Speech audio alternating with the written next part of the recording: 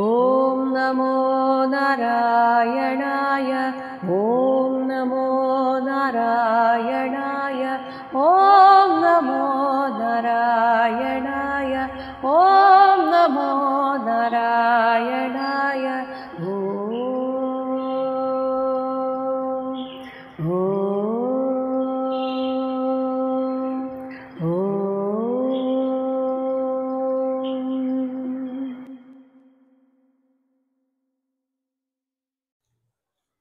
ശ്രീമദ് മഹാഭാഗവതം ഷഷ്ഠസ്കന്ധം ഷോഡശോധ്യായഃ. 16-ാമത്തെ അധ്യായത്തിൽ എന്തൊക്കെ നേരിട്ട് കാര്യങ്ങൾ പറഞ്ഞു കൊടുത്താലും ചില ആളുകൾക്ക് അതൊന്ന് ബോധ്യപ്പെടണമെങ്കിൽ വേറെ രീതിയിൽ ചില തെളിവുകൾ കൂടെ വേണ്ടിവരും. അപ്പോൾ ചിത്രകേതുവിനോട് ഇനി എങ്ങനെയൊക്കെ പറഞ്ഞു കൊടുത്താലും ആ മനസ്സിൽ നിന്ന് പുത്രദുഃഖം അല്ലെങ്കിൽ പുത്രനോടുള്ള ആസക്തി മാറണമെങ്കിൽ ആ മകന്റെ ജീവൻ തന്നെ നേരിട്ട് വന്ന് പറയണമെന്ന് നാരദ മഹർഷിക്ക് തോന്നുകയാണ്.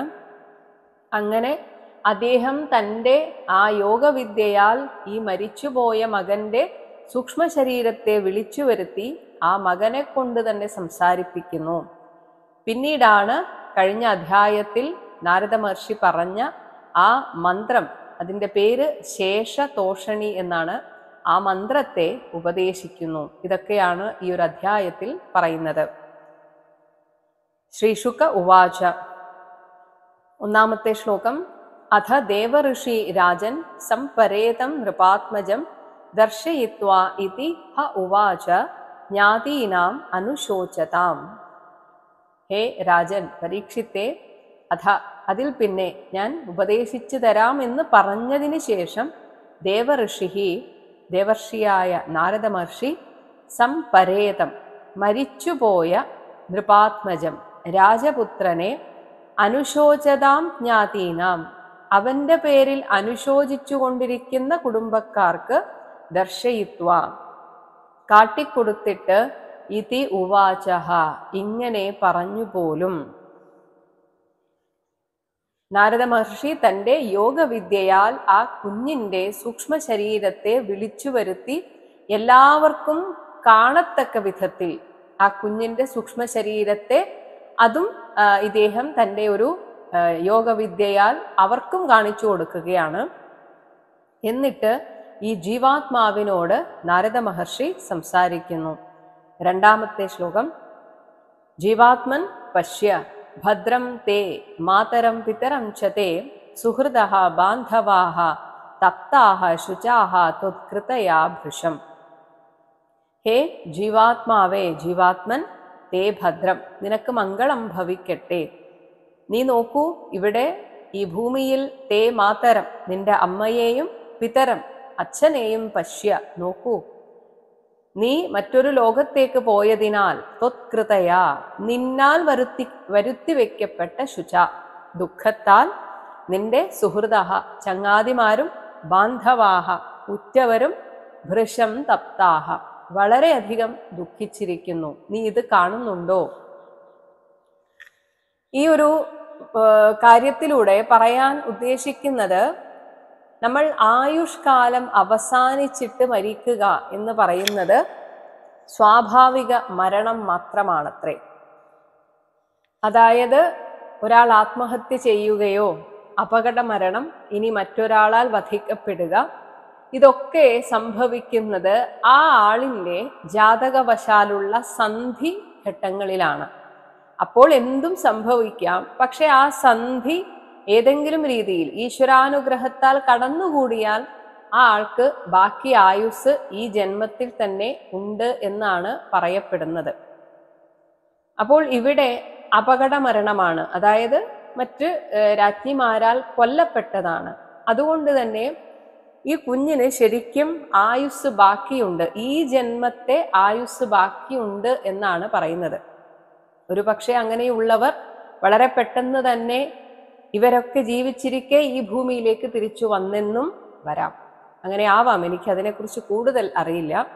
അപ്പോൾ ഇവിടെ നാരദ മഹർഷി പറയുന്നത്, നിന്റെ അവശേഷിച്ച ആയുഷ്കാലം തിരിച്ചു വന്ന് ജീവിക്കൂ എന്നാണ്. അതാണ് മൂന്നാമത്തെ ശ്ലോകം.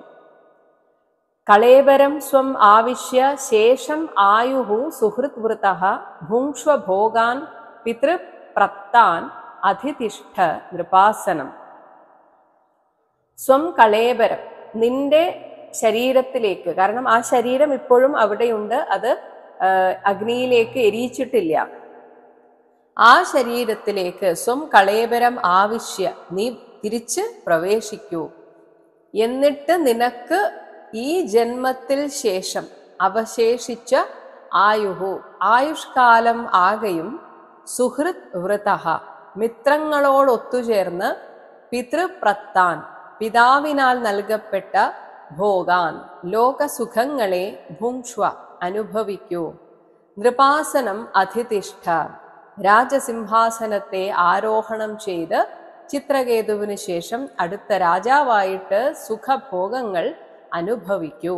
അപ്പോൾ ഇവിടെ അത് പറയുന്നത് അപമൃത്യുവായിരുന്നതിനാൽ ഈ ജന്മത്തിലെ ആയുഷ്കാലം അവസാനിച്ചിട്ടില്ല എന്നാണ് മനസ്സിലാക്കേണ്ടത് എന്ന് പറയുന്നു. ഇങ്ങനെ നാരദ മഹർഷിയാൽ വിളിച്ചു വരുത്തപ്പെട്ട ആ ജീവൻ പ്രേതരൂപേണ വായുമണ്ഡലത്തിൽ സ്ഥിതി ചെയ്തുകൊണ്ട് ഈ ചോദ്യത്തിന്, അല്ലെങ്കിൽ നാരദ മഹർഷിയുടെ ആ ഒരു ആഹ്വാനത്തിന് മറുപടി പറയുകയാണ്. 8 ശ്ലോകങ്ങളിലായിട്ടാണ് പറയുന്നത്. 4-ാമത്തെ ശ്ലോകം, ജീവ ഉവാച, ആ ജീവാത്മാവ് ചോദിക്കുകയാണ്. കസ്മിൻ ജന്മനി അമി മഹ്യം പിതരഃ മാതരഃ അഭവൻ കർമ്മഭിഃ ഭ്രാമ്യമാണസ്യ ദേവതിര്യങ് നൃയോനിഷു. ദേവതിര്യങ് നൃയോനിഷു, ഞാൻ പല ജന്മങ്ങളിലായിട്ട് ഏതൊക്കെയോ ജന്മത്തിൽ ദേവനായിട്ട് ഇരുന്നിട്ടുണ്ട്. ചില ജന്മത്തിൽ തിര്യക്ക്, പക്ഷിയായിട്ടിരുന്നിട്ടുണ്ട്. തിര്യക്ക് എന്ന് പറയുമ്പോൾ പക്ഷി, മൃഗാദികൾ. നൃ, ചില ജന്മത്തിൽ മനുഷ്യനായിട്ട് ഇരുന്നിട്ടുണ്ട്. എന്നീ നാനായോനികളിൽ എൻ്റെ കർമ്മഭിഹി, കർമ്മവാസനകളാൽ ഭ്രാമ്യമാണസ്യ, ചുറ്റിക്കപ്പെട്ടുകൊണ്ടിരിക്കെ ഇപ്പോൾ അങ്ങ് ചൂണ്ടിക്കാണിച്ച ഈ അച്ഛനും അമ്മയും കസ്മിൻ ജന്മനി, ഈ പറഞ്ഞവയിൽ ഏത് ജന്മത്തിലാണ് അമി, ഇവർ, മഹ്യം, എനിക്ക്, പിതരഃ മാതരഃ അഭവൻ, എൻ്റെ അച്ഛനും അമ്മയുമായി ഭവിച്ചത്. എനിക്കത് ഓർമ്മ വരുന്നില്ല എന്നാണ് പറയുന്നത്. മരിച്ചിട്ട് ഏതാനും മണിക്കൂറുകളെ ആയിട്ടുള്ളൂ. ആ ജീവാത്മാവ് ചോദിക്കുകയാണ്, അങ്ങ് അച്ഛനും അമ്മയും എന്നൊക്കെ പറഞ്ഞു, ഇവർ ഏത് ജന്മത്തിലെ അച്ഛനും അമ്മയും ആയിരുന്നു?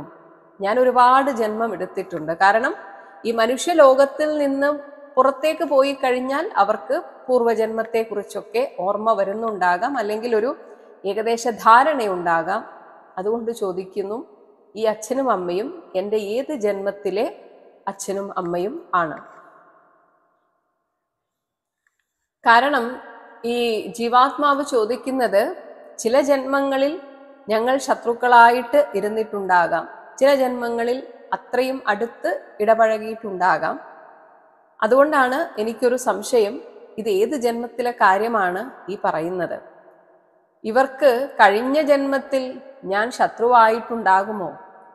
അങ്ങനെയെങ്കിൽ ഈ ജന്മത്തിൽ ഞാൻ മരിച്ചതിൽ അവർ സന്തോഷിക്കുകയല്ലേ വേണ്ടത്? അപ്പോൾ ഈ ഒരു ആശയം വരത്തക്ക വിധത്തിലാണ് 5-ാമത്തെ ശ്ലോകം. ബന്ധു ജ്ഞാതി അരി മധ്യസ്ഥ മിത്ര ഉദാസീന വിദ്യുഷഃ സർവയേവ ഹി സർവേഷാം ഭവന്തി ക്രമശോ മിഥഃ. ബന്ധുക്കൾ, ജ്ഞാതിവർഗങ്ങൾ എന്നാൽ അത്രയും അടുത്ത കുടുംബക്കാർ, അരി ശത്രുക്കൾ, മധ്യസ്ഥം അതായത് ബന്ധുവുമല്ല സുഹൃത്തുമല്ല, ഒരു നമ്മുടെ നാട്ടുകാർ എന്ന് പറയില്ലേ, അങ്ങനെ. അറിയാം, അവരെ അറിയാം. അവർക്ക് നമ്മളോട് സ്നേഹമുണ്ടോ എന്ന് ചോദിച്ചാൽ അറിയില്ല, ദേഷ്യമുണ്ടോ അതും അറിയില്ല. അങ്ങനെ ഒരു ആളുകൾ ഉണ്ടാകും. അവരാണ് ഈ മധ്യസ്ഥന്മാർ.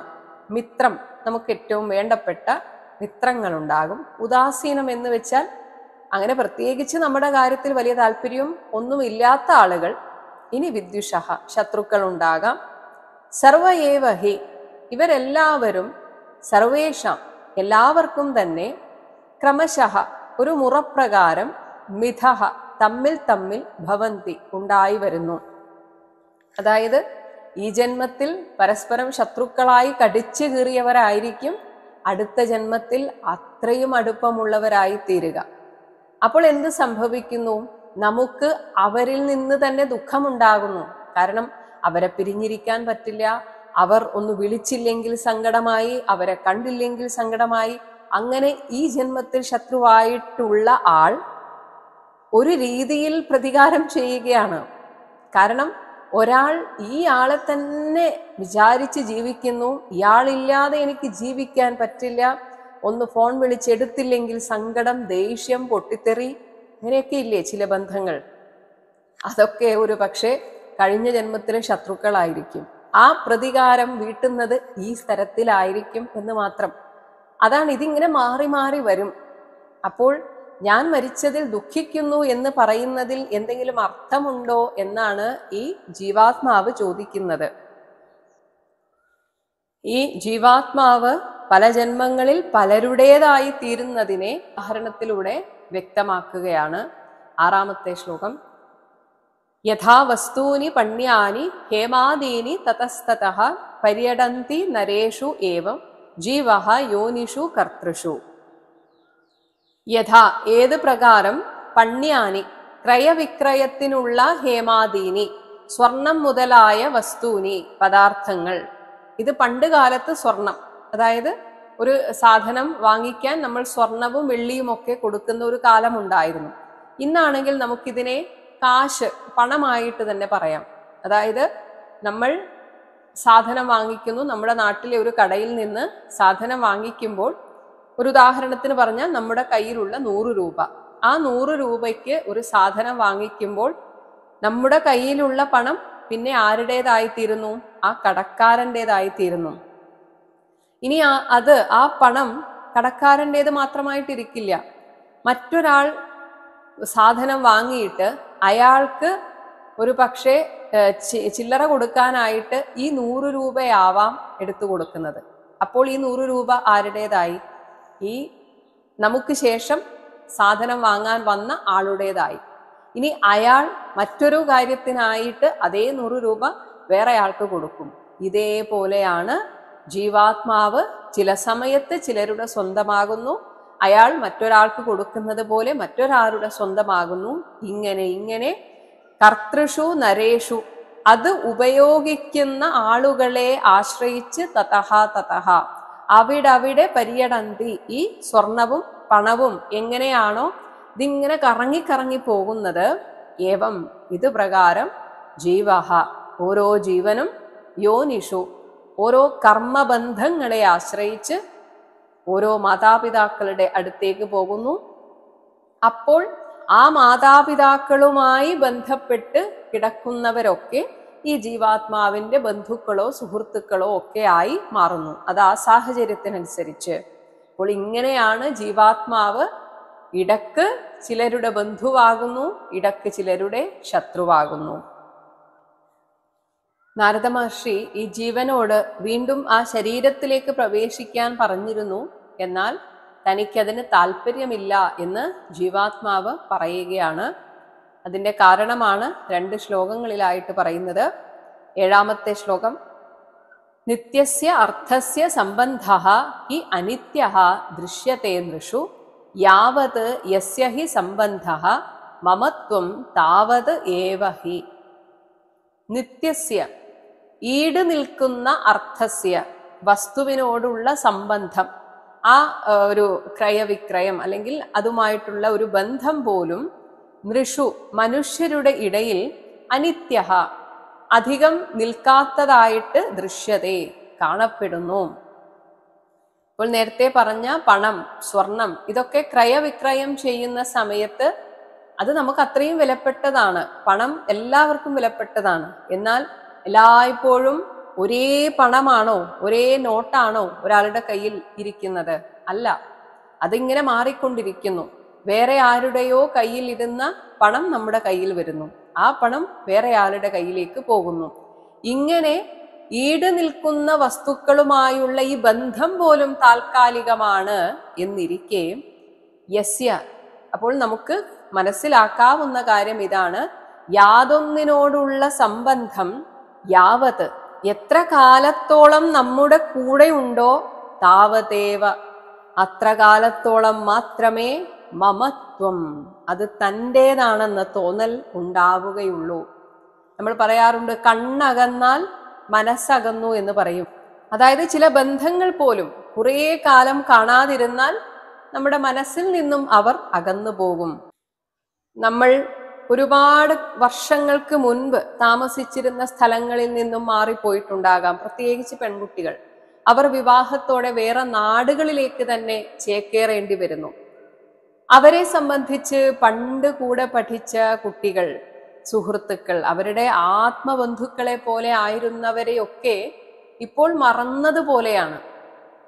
ഇപ്പോൾ വാട്സപ്പ് വന്നതിന് ശേഷം പഴയ കൂട്ടുകാരെയൊക്കെ തപ്പിപ്പിടിച്ചൊക്കെ ഒരു റീയൂണിയൻ ഒക്കെ ആക്കുന്നുണ്ടെങ്കിൽ പോലും ഒരു കാലം വരെ അവരൊക്കെ നമ്മുടെ മറവിയിൽ ആയിരുന്നു.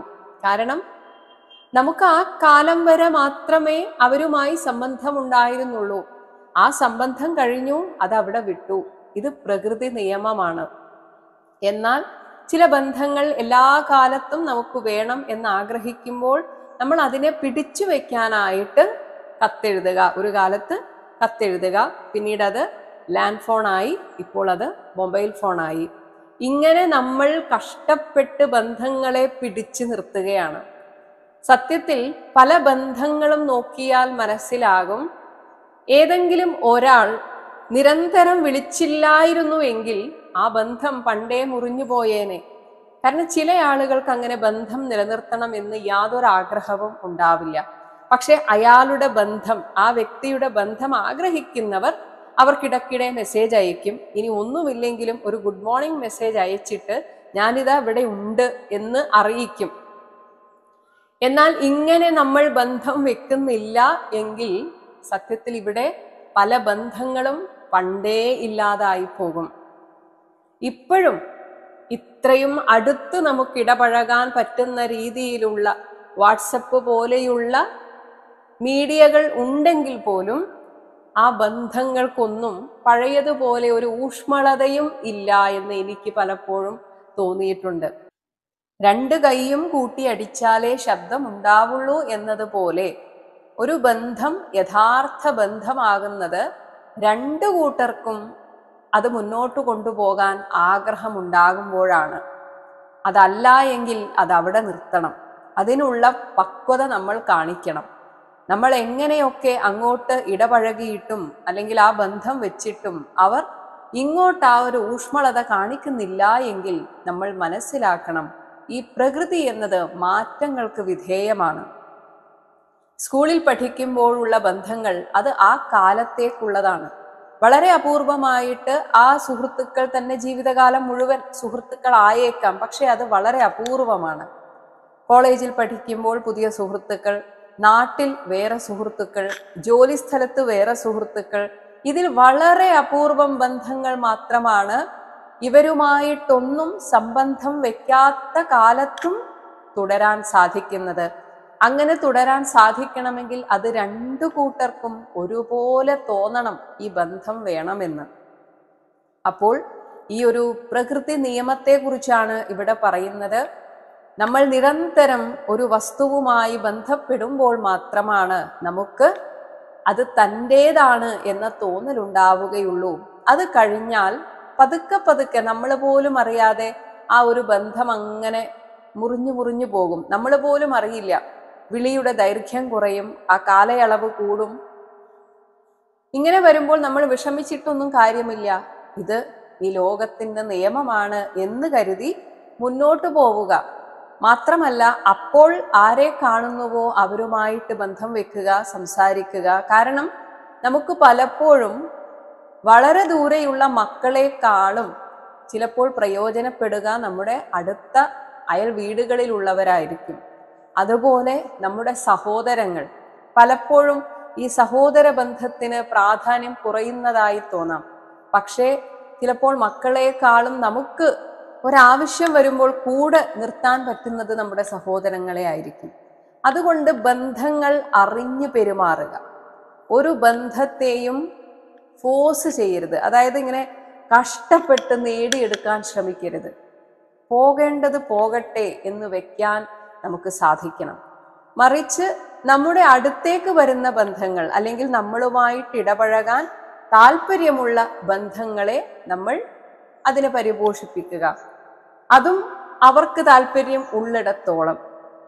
ഒന്നും ബലമായി ചെയ്യരുത്, പിടിച്ചു വാങ്ങിക്കാൻ ശ്രമിക്കരുത്. പിടിച്ചു വാങ്ങിക്കുന്നതൊന്നും ശാശ്വതമല്ല. ഏച്ചു കെട്ടിയാൽ മുഴച്ചിരിക്കും എന്ന് പറഞ്ഞതുപോലെ അതിന് മക്കളുമായിട്ടുള്ള സ്നേഹബന്ധമാണെങ്കിൽ പോലും ഒന്നും പിടിച്ചു വാങ്ങിക്കാൻ ശ്രമിക്കരുത്. അവർക്ക് തോന്നിയിട്ട് അവർക്ക് എന്തെങ്കിലും വിശേഷം പറയാനുണ്ട് എന്ന് തോന്നി ആത്മാർത്ഥമായിട്ട് ഇങ്ങോട്ട് വിളിക്കുകയാണെങ്കിൽ സന്തോഷത്തോടെ ആ സംസാരത്തിന് നിന്നു കൊടുക്കുക. അതല്ല, വിളിക്കാൻ തോന്നുന്നില്ലെങ്കിൽ പരാതി പറഞ്ഞിട്ടോ എന്നാലും നിനക്കെന്നെ വേണ്ടല്ലോ എന്നൊന്നും കരഞ്ഞു വിളിച്ചിട്ടൊന്നും ഒരു കാര്യവും ഇല്ല. ഈ പ്രകൃതി മാറ്റങ്ങൾക്ക് വിധേയമാണ്. ഓരോ ബന്ധവും ചില കാലത്തേക്ക് മാത്രമുള്ളതാണെന്ന ബോധം നമുക്ക് നന്നായിട്ട് വേണം. ഇതൊരു ആധ്യാത്മിക തത്വമായതുകൊണ്ടാണ് ഇതിങ്ങനെ ഇത്രയും വിശദീകരിച്ച് പറഞ്ഞത്. പലപ്പോഴും ഇന്നും പലരും സങ്കടപ്പെടുന്നത് എന്നാലും അവൻ എന്നെ കാണാൻ വന്നില്ല, ഇവരെന്നെ വിളിച്ചില്ല, ഇങ്ങനെയുള്ള സങ്കടത്തിലാണ്. അത്തരത്തിലുള്ള ഒരു സങ്കടത്തിൻ്റെയും ആവശ്യമില്ല. നമ്മുടെ കൂടെയുള്ള നമ്മുടെ അടുത്തുള്ളവർ തന്നെയാണ് നമ്മുടെ ബന്ധുക്കൾ. നമുക്കാര് പ്രയോജനപ്പെടുന്നുവോ അവരാണ് ബന്ധുക്കൾ. അതിന് രക്തബന്ധം വേണമെന്ന് പോലും ഇല്ല. അപ്പോൾ ഈ ജീവാത്മാവിനോട് ശരീരത്തിൽ വീണ്ടും പ്രവേശിക്കൂ എന്ന് പറഞ്ഞപ്പോഴാണ് ഇങ്ങനെ പറഞ്ഞത്. വീണ്ടും പറയുന്നു, നമ്മൾ ഒരു ശരീരം സ്വീകരിച്ച് ഒരു അച്ഛൻ്റെയും അമ്മയുടെയും അടുത്ത് നിൽക്കുന്നിടത്തോളം കാലം മാത്രമാണ് അവരുമായിട്ട് ആത്മബന്ധം ഉണ്ടാവുകയുള്ളൂ. അതാണ് 8ാമത്തെ ശ്ലോകം. ഏവം യോനിഗതോ ജീവഃ സഹ നിത്യഃ നിരഹംകൃതഃ യാവത് യത്ര ഉപലഭ്യേത താവത് സ്വത്വം ഹി തസ്യ തത്. ഏവം ഇതുപോലെ ജീവഃ ജീവൻ യോനിഗതഃ യോനിയിൽ കൂടെ വന്ന് മക്കൾ അച്ഛനമ്മമാരുമായിട്ട് ബന്ധം വെക്കുന്നത് അങ്ങനെയാണ്. അങ്ങനെ ജനിച്ചിട്ട് മാതാപിതാക്കളോട് ബന്ധപ്പെട്ട് ഭൗതിക ശരീരത്തെ പ്രവേശിച്ചിരുന്നാലും കൂടി നമ്മൾ പോലും അറിയാതെ നമ്മുടെ ഉള്ളിൻ്റെ ഉള്ളിൽ ആ ആത്മാവിനൊരു ബോധമുണ്ട്, ഞാൻ ഇവരുടെ ആരുമല്ല എന്ന്.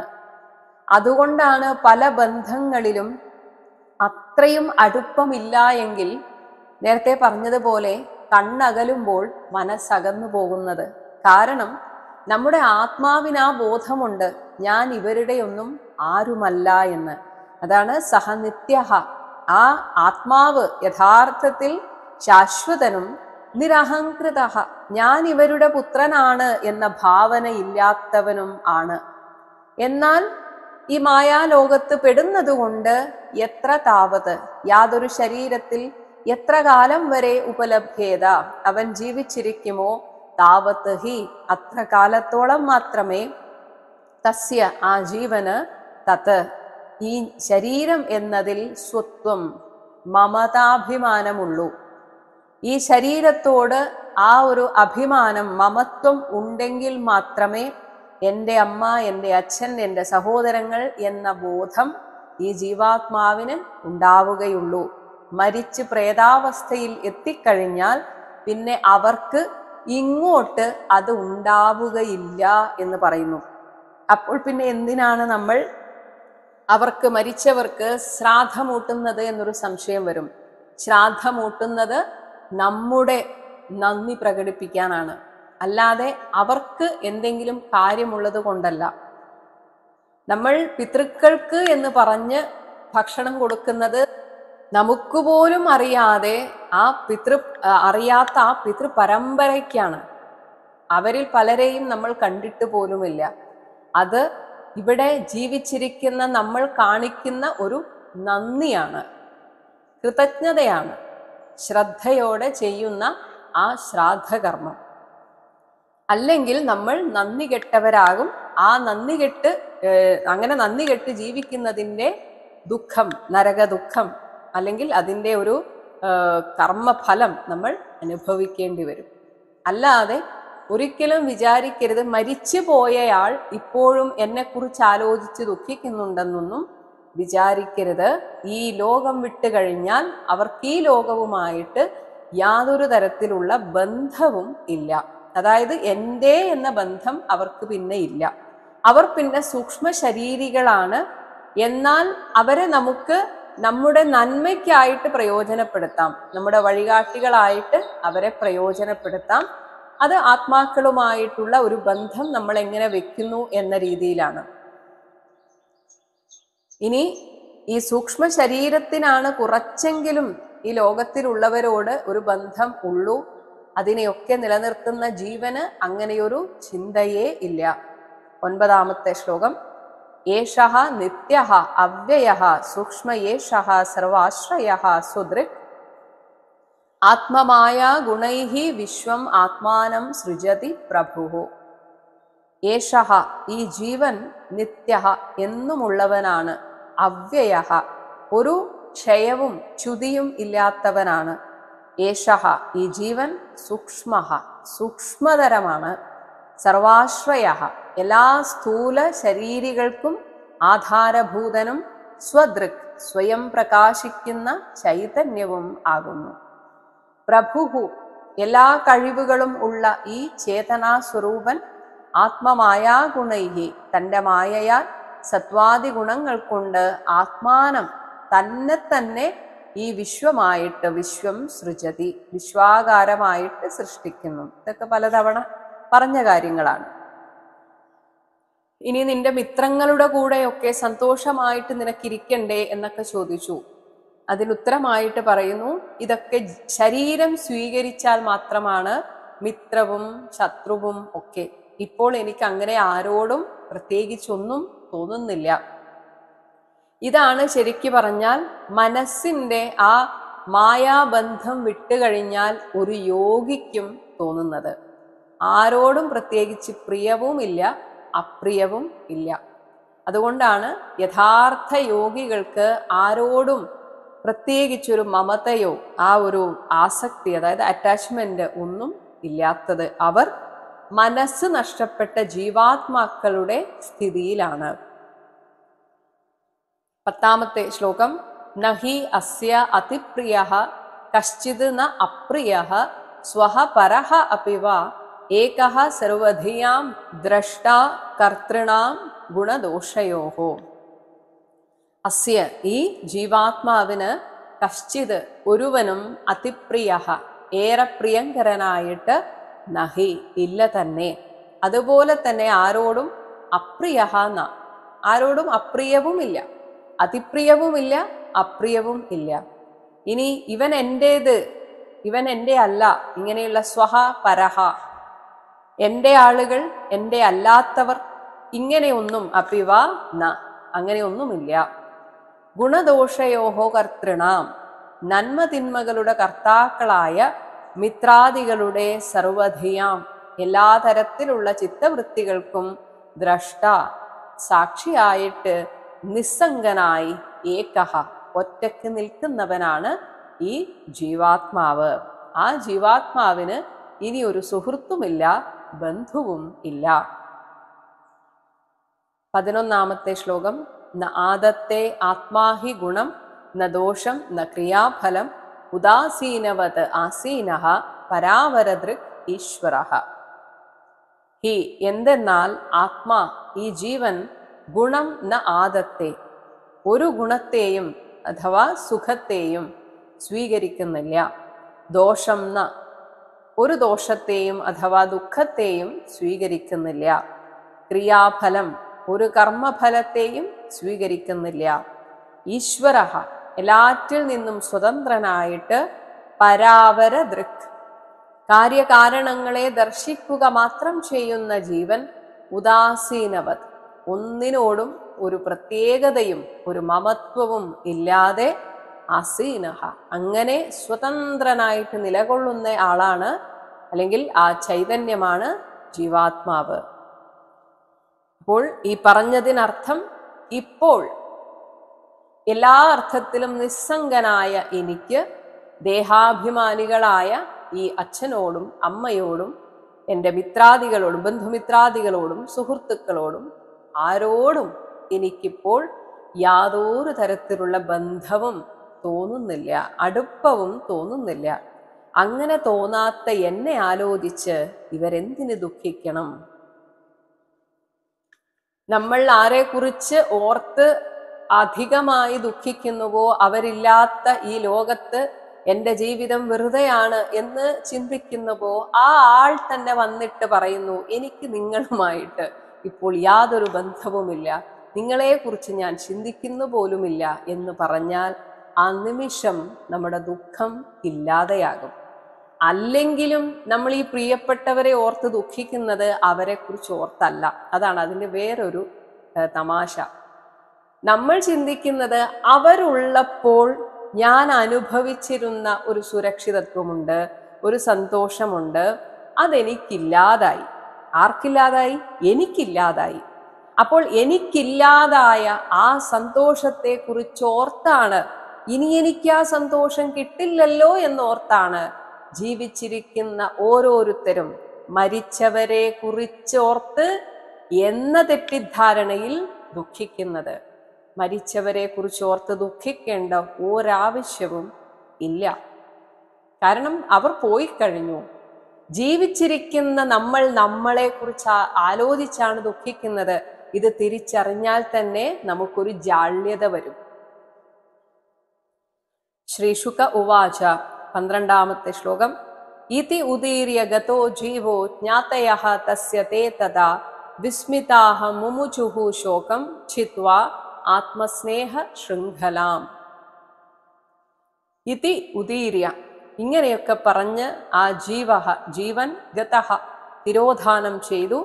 തഥാ, അപ്പോൾ ഇവർക്കൊക്കെ ബോധം വന്നു.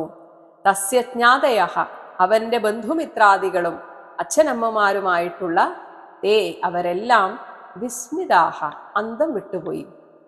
ഇവനെ ആലോചിച്ചാണോ ഞങ്ങൾ ഇത്രയും നേരം കരഞ്ഞുകൊണ്ടിരുന്നത് എന്ന് മനസ്സിനൊരു ബോധം വന്നു. അങ്ങനെ ആത്മസ്നേഹ ശൃംഖലാം, ഈ ദേഹവുമായി ബന്ധപ്പെട്ട് ഉണ്ടായ സ്നേഹമാകുന്ന ചങ്ങലയെ ഛിത്വ, അറുത്ത് കളഞ്ഞ് ശോകം മുമുചുഹു, ദുഃഖം ഉപേക്ഷിച്ചു. ഹരേ രാമ ഹരേ രാമ ഹരേ രാമ രാമ ഹരേ കൃഷ്ണ ഹരേ കൃഷ്ണ കൃഷ്ണ ഹരേ രാമ ഹരേ രാമ രാമ ഹരേ കൃഷ്ണ കൃഷ്ണ ഹരേ രാമ ഹരേ കൃഷ്ണ ഹരേ രാമ ഹരേ കൃഷ്ണ കൃഷ്ണ.